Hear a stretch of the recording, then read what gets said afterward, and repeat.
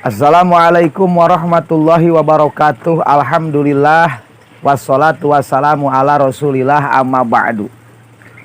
Pada akhir-akhir ini negara Indonesia trending dengan istilah radikalisme. Apalagi kemarin sebelum Ramadan, pertengahan Ramadan, radikalisme di Indonesia sangat gencar. Lalu kepada siapa sih paham radikalisme itu akan tiba? Bisa kepada orang tua, bisa juga kepada anak muda. Dan yang paling bahaya, paham radikalisme tersebut adalah terjadi atau bisa memikat para kaum milenial, kaum pemuda, para remaja yang mungkin masih SMP, masih SMA, atau masih kuliah. Maka untuk itu kepada para orang tua untuk senantiasa membimbing, memperhatikan para anak-anaknya agar tidak terjerumus pada pergaulan yang bisa mengakibatkan paham radikalisme. Apa pemicu atau pendorong paham radikalisme? Bisa saja, bisa juga akhir finishnya menjadi seorang terorisme.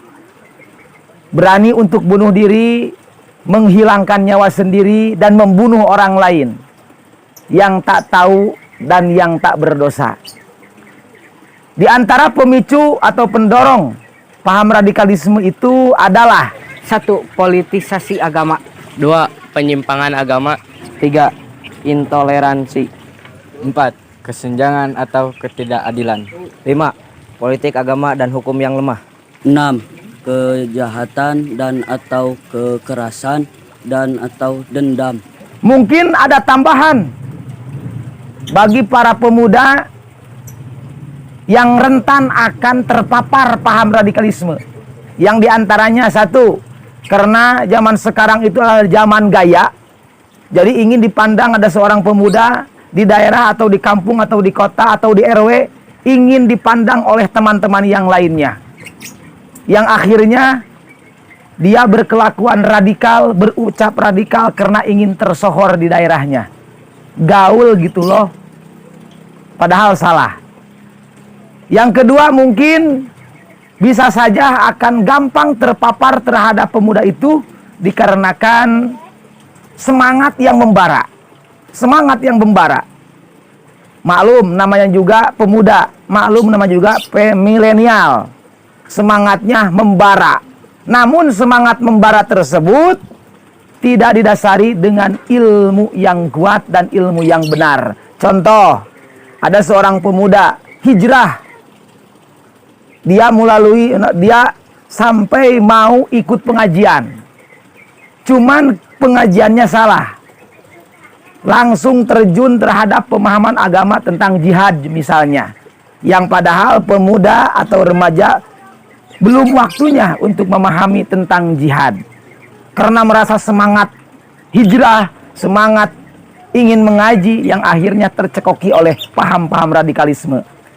Padahal yang paling penting pemuda, remaja, milenial itu yang paling penting kita ajarkan dulu tentang adab, tentang akhlak. Setelah adab, setelah akhlak, kemudian kepada Al-Quran, misalnya membaca Al-Quran, bagaimana memakai tajwid, bagaimana makhrajna, bagaimana sifatil hurufnya.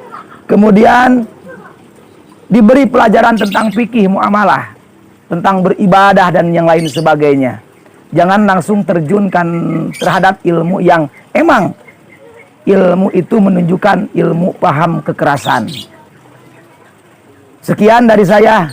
Mudah-mudahan anak-anak kita semuanya terhindar dari paham radikalisme dan akhirnya anak-anak kita mampu terdidik dan mampu datang terhadap pendidik yang emang ilmunya mumpuni, ilmunya yang sangat luar biasa, sehingga anak-anak kita terbebas dari paham-paham yang menyimpang, apalagi paham-paham yang bisa merusak negara kesatuan Republik Indonesia. Wallahul muwaffiq ila aqwamit thoriq. Wassalamualaikum warahmatullahi wabarakatuh. Tidak dengan radikalisme. Radikalisme bukan gaya, tapi celaka, tapi bahaya, tapi binasa, tapi membuat gila, tapi kejahatan, tapi akan diputuskan cinta.